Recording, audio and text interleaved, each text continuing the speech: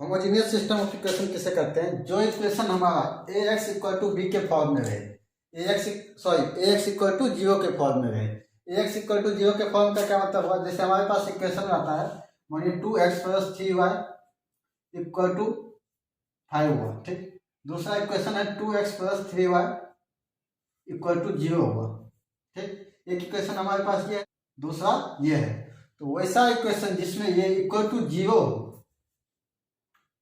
वैसा इक्वेशन जिसमें equal to 0, वो सिस्टम हमारा होमोजीनियस सिस्टम कहा जाता है। ये सिस्टम नॉन होमोजीनियस हुआ। तो होमोजीनियस सिस्टम ऑफ इक्वेशन क्या हुआ? जो system A X equal to 0 के फॉर्म में हो, A X equal to B के फॉर्म में नहीं, ए एक्स इक्वल टू 0 के फॉर्म में। अब देखिए दूसरा पॉइंट क्या है, हमारा जो होमोजीनियस सिस्टम ऑफ इक्वेशन होगा वो हमेशा कंसिस्टेंस होगा। कंसिस्टेंस क्यों होगा? देखिए जब हम कंसिस्टेंसी पढ़े थे तो उसमें क्या देखे थे, कोई भी सिस्टम ऑफ इक्वेशन कंसिस्टेंस कब होगा? जब rank of matrix A matrix क्या होता था, उसके कोफिशिएंट से जो मैट्रिक्स बनता था वो इक्वल होगा rank of its augmented matrix.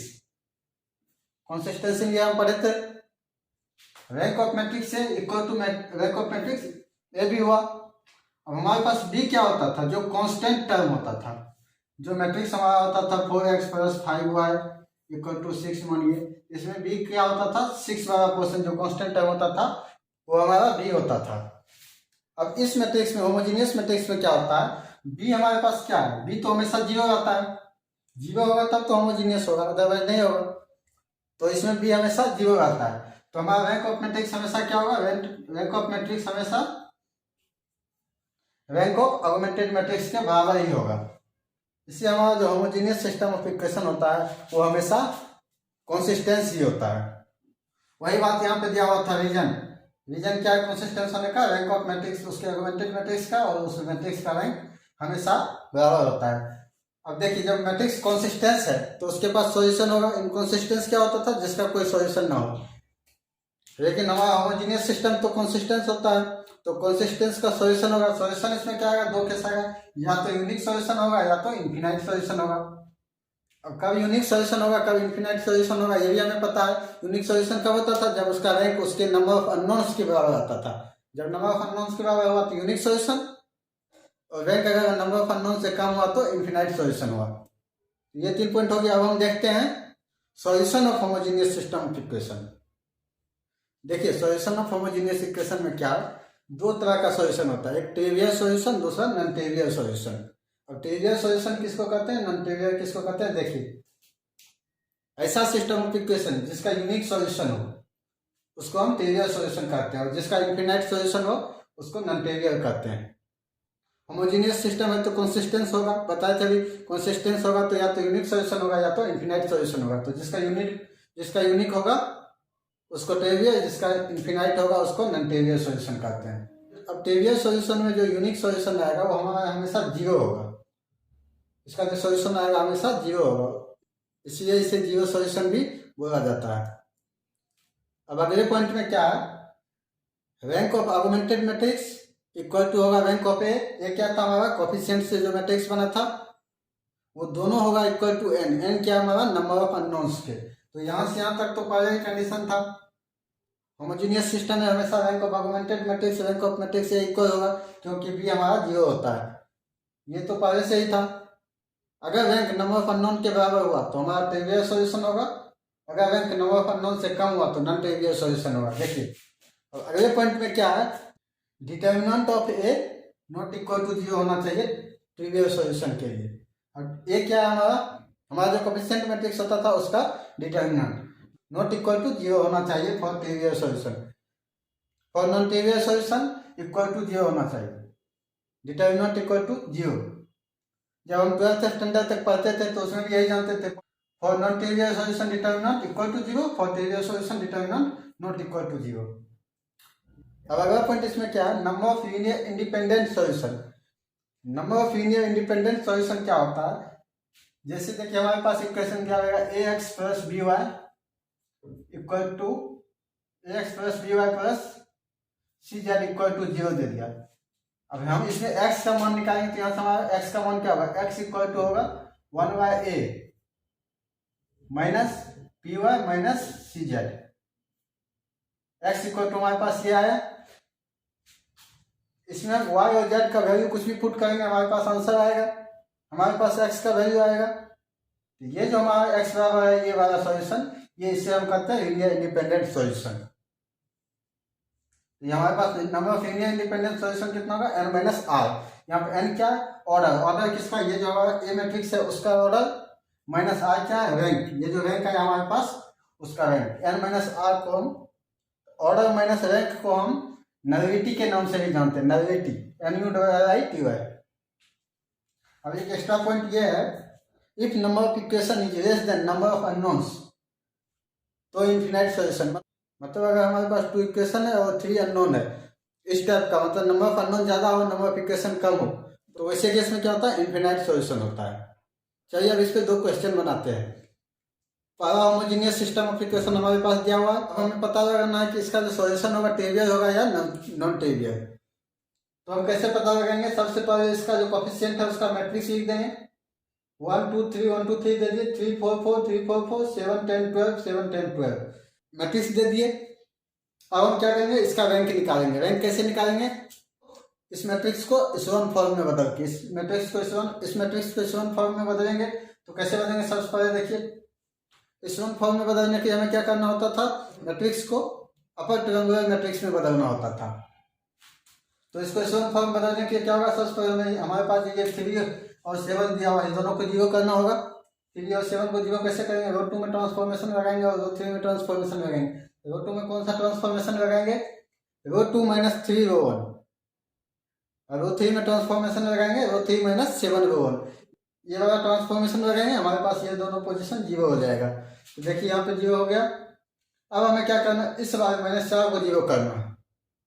-4 को 0 करने के लिए कौन सा ट्रांसफॉर्मेशन लगाएंगे, रो 3 में ट्रांसफॉर्मेशन लगाएंगे, रो 3 माइनस 2 इंटू रो 1, रो 1 नहीं लिख सकते, रो 1 अगर लिखेंगे तो ये वाला 1 यहाँ पे डिस्टर्ब करेगा, इसलिए रो 2 लिखेंगे। तो ये वाला ट्रांसफॉर्मेशन लगाएंगे तो हमारे पास फिर क्या आएगा, ये वाला टर्म 0 आ जाएगा। अब इसके आगे हम इसमें कोई भी ट्रांसफॉर्मेशन नहीं लगा सकते हैं। तो हमारा मैट्रिक्स ए जो था वो इशोन फॉर्म में बदला गया। अब हम क्या करेंगे, यहाँ से रैंक निकालेंगे। तो रैंक क्या होता था, number of non zero row in echelon form. तो यहाँ पे नंबर ऑफ नॉन जीरो कितना है, पहला रो नॉन जीरो है, दूसरा रो नॉन जीरो है और तीसरा रो नॉन जीरो है, तीनों रो नॉन जीरो है। यहाँ पे नंबर ऑफ नॉन जीरो रो कितना हो गया, 3 हो गया। नंबर ऑफ नॉन जीरो 3 हुआ तो इस मैट्रिक्स का रैंक कितना होगा, रैंक ऑफ मैट्रिक्स ए हो गया 3। अब हमें पता क्या लगाना है, हमारा जो सिस्टम ऑफ इक्वेशन दिया हुआ ट्रिवियल है या नॉन ट्रिवियल। तो कंडीशन क्या होता था, रैंक अगर नंबर ऑफ अननोन से कम हो तो वो नॉन ट्रिवियल होता था, और अगर रैंक नंबर ऑफ अननोन के बराबर हो तो वो ट्रिवियल सॉल्यूशन होता था। तो हमारे पास रैंक 3 है और इसमें नंबर ऑफ अननोन कितना है, एक्स वाई जेड 3। तो रैंक हमारा नंबर ऑफ अननोन के बराबर हो गया, नंबर ऑफ अननोन को ऐसे डिनोट कर दिए। तो हमारे पास जो होमोजेनियस सिस्टम है उसका सॉल्यूशन क्या होगा, ट्रिवियल सॉल्यूशन होगा।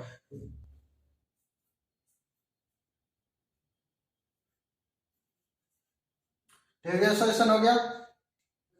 अब इसका सॉल्यूशन क्या होगा, ट्रिवियल सॉल्यूशन को हम जीरो सॉल्यूशन भी बोलते थे। तो इसका सॉल्यूशन क्या होता था, x equal to Y equal to Z equal to 0। तो ये वाला जो होमोजेनियस सिस्टम है हमारे पास वो ट्रिवियल हो गया, और उसका सॉल्यूशन जो होगा x equal to Y equal to Z equal to 0 होगा।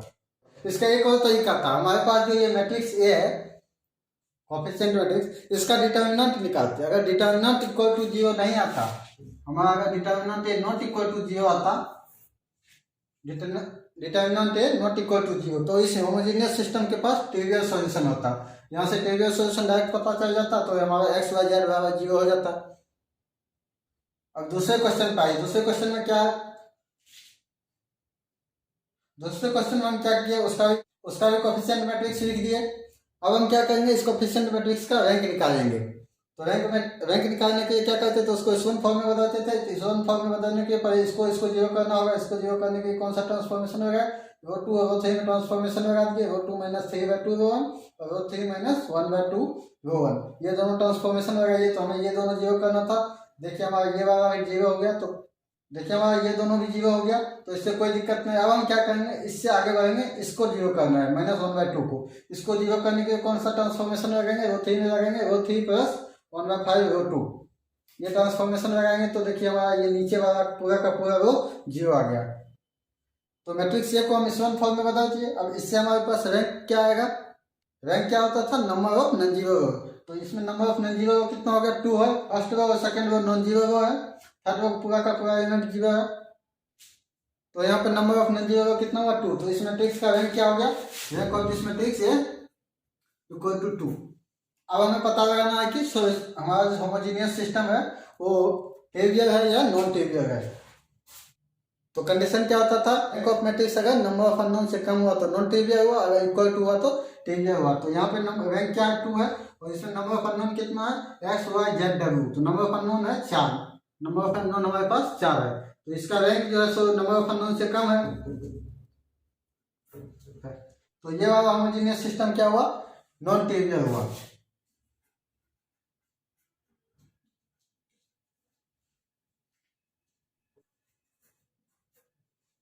तो इस सिस्टम के पास क्या हुआ, नॉन ट्रिवियल सॉल्यूशन हो गया। नॉन ट्रिवियल सॉल्यूशन हुआ तो इसका मतलब क्या हुआ, इसके पास कितना सॉल्यूशन होगा, इनफिनाइट सॉल्यूशन।